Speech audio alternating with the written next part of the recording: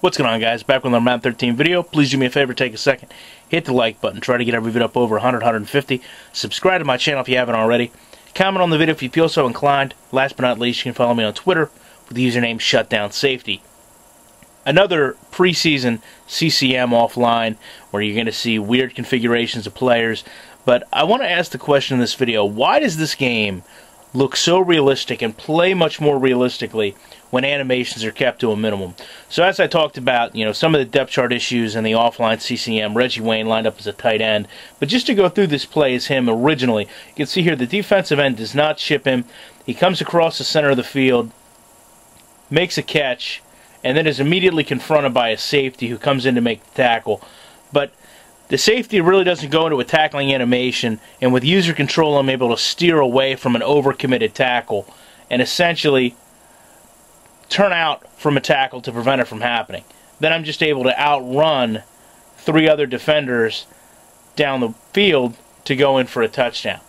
Now, I do want to focus on the interactions of some of these other defenders because this is something that really is not nearly in this game consistently enough. I want you to notice this is obviously a zone coverage being played here. Number 54 immediately goes out of his zone, appears to be looking directly at the quarterback, and makes up ground on Reggie Wayne as the pass comes in. Now, some might say that he could make an attempt to try to deflect the pass. But again, I want you to note that without that animation, this game plays much more realistically. The other player I want you to pay attention to is number 99, because when he comes out of his zone, which seems very early after the ball has been thrown, he makes an immediate run directly toward Reggie Wayne to pursue him and try to make a tackle. In fact, he gets caught up with the safety that misses the tackle and then starts to kind of do this crazy windmill thing for a second. But again, beside the point, the fact of the matter is those are three players that have very dynamic and organic reactions to a pass, and none of them had to break into an animation sequence to have it happen.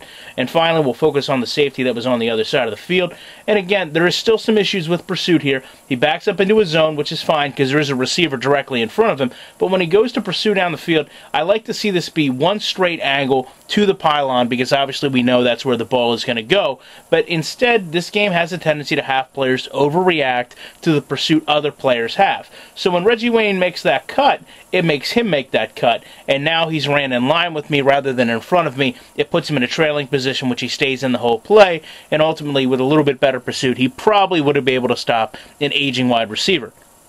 All in all, I think this is a very good play. I like the fact that when animations are kept to a minimum, this game represents football much better. Again, would love to see your guys' comments on this topic, and I will be back with more videos later in the week.